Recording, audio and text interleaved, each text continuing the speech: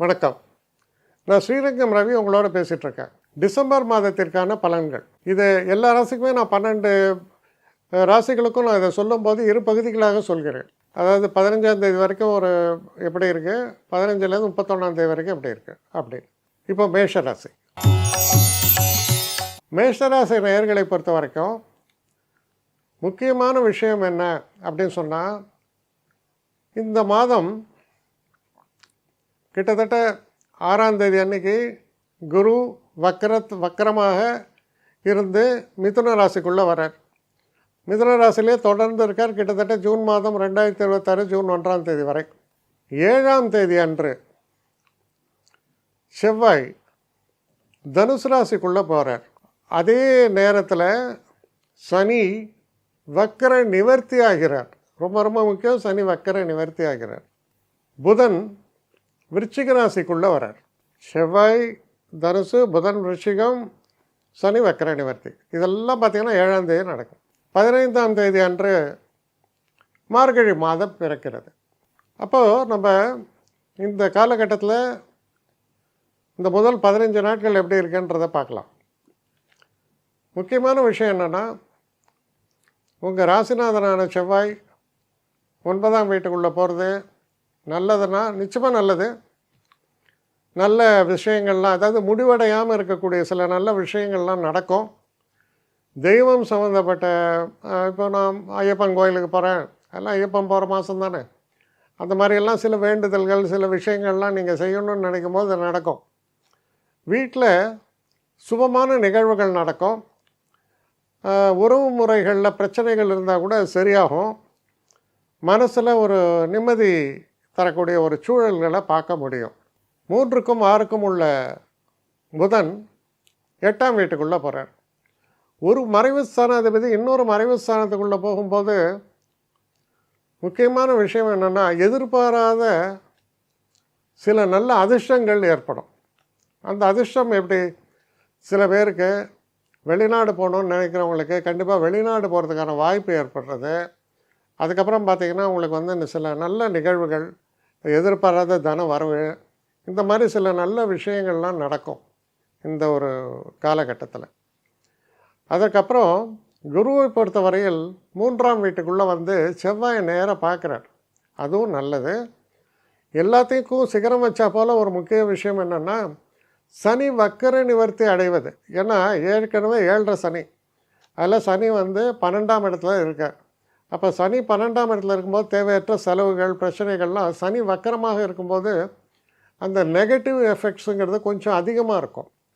இப்போ அந்த எஃபெக்ட்ஸ் வந்து பெரிய அளவு குறையிறதுனால என்னாகும், பல பிரச்சனைகள், ரொம்ப தொல்லையாக இருந்த பல பிரச்சனைகள் குறைய தொடங்கும். உடலில் ஆரோக்கிய நிலை மேம்படும். ஃபைனான்ஷியல் சம்மந்தமாக பெரிய விருத்தின்னு சொல்ல முடியாட்டால் கூட சில நல்ல விஷயங்கள் நடக்கும். அதான் நான் சொன்னேன், புதன் 3க்கும் 6 கூடவே 8ல் இருக்கார். அப்போ முக்கியமான விஷயம் என்னென்னா, ஃபைனான்ஷியல்ஸை பொறுத்த வரைக்கும் உங்களுக்கு எங்கே பணம் வரணும்னு எதிர்பார்க்குறீங்களோ அந்த இடத்துல பணம் நல்லபடியாக வந்து சேரும். அப்போ ஒரு செட்பேக் இருக்குது.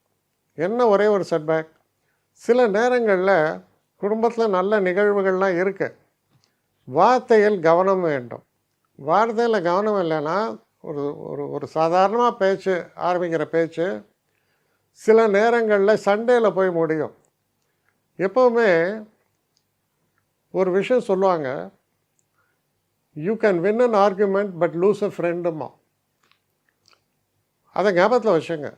நம்ம ஆர்கியூ பண்ணிகிட்டே இருக்கக்கூடாது எல்லாத்துக்கும். சில நேரங்களில் விட்டு பிடிக்கணும் அப்படிமோ. அது மாதிரி ஒரு பொறுமையும் நிதானத்தையும் கடைபிடிக்கும் போது மனசில் நிம்மதியான ஒரு சூழலை பற்றி பேசுகிறது. சரி, இப்போ மார்கழி மாதம் 15ஆம் தேதியில் 31ஆம் தேதி வரைக்கும் எப்படி இருக்குன்னு பார்த்தா, இந்த ஒரு காலகட்டத்தில் பெரும்பாலும் இந்த மாத இறுதியில் தான் உங்களுக்கு வந்து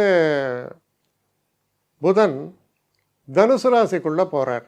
இந்த மாத இறுதியில் 27ஆம் தேதி புதன் தனுசு ராசிக்குள்ளே போகிறார். 22ஆம் தேதி சுக்கிரன் தனுசு ராசியில் இருக்கார். சூரியன் தனுசு ராசிக்குள்ளே போகிற காலம்தான் மார்கழி மாதம் அப்படின்னு சொல்கிறோம். தனுர் மாதம்னே பேர். அங்கே ஏற்கனவே செவ்வாயும் இருக்கார். அப்போ 9ஆம் வீட்டில் பல கூட்டணிகள் ஏற்படுகின்றன. எப்போவுமே திரிகோணஸ்தானங்களில் கூட்டணி ஏற்பட்டால் அது ரொம்ப நல்ல கூட்டணி அப்படின்னு வச்சுக்கணும். நன்மைகள் நிறையா நடக்கும், உறவுகள் பலப்படும், குழந்தைகளால் சந்தோஷம் ஏற்படும், சில சுப நிகழ்வுகள் நடக்கும். சில பேருக்கு இந்த பேர குழந்தை பிறக்கிறது, கொஞ்சம் வயசானவங்களுக்கு அதெல்லாம் ஏற்படும். க்ஷேத்திரங்களுக்கெல்லாம் போயிட்டு வரதுக்கான வாய்ப்புகள் ஏற்படும். பெரியவர்களுடைய ஒரு நல்லாசி கிட்டும்.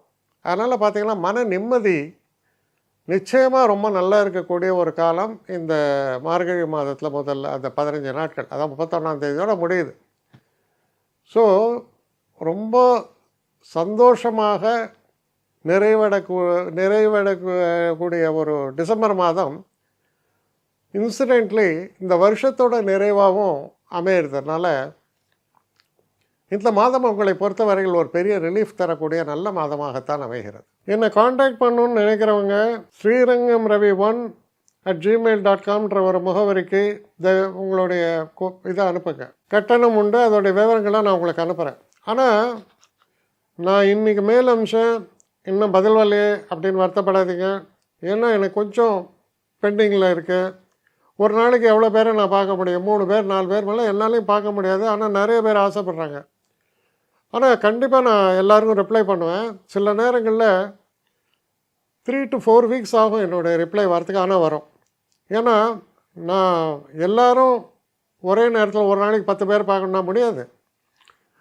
ஸோ அதை கன்சிடர் பண்ணுங்கள். நான் நிச்சயமாக ரெஸ்பாண்ட் பண்ணுவேன். இதில் இந்த கல்யாண பொருத்தங்கள் போன்ற விஷயங்களை ஓரளவுக்கு அவசரமாக பார்க்கணுன்னு நினச்சா அதுக்கு ஓரளவுக்கு ப்ரையாரிட்டியும் தரேன். அதனால் கொஞ்சம் பொறுமை காக்க வேண்டும். கொஞ்சம் டிலே ஆகிறதுக்காக என்னை மன்னிக்கணும். ஆனால் ஐ மீன் ஹெல்ப்லெஸ் சுச்சுவேஷன். அதனால தான் நிச்சயமாக ஐ வில் ரிப்ளை யூ.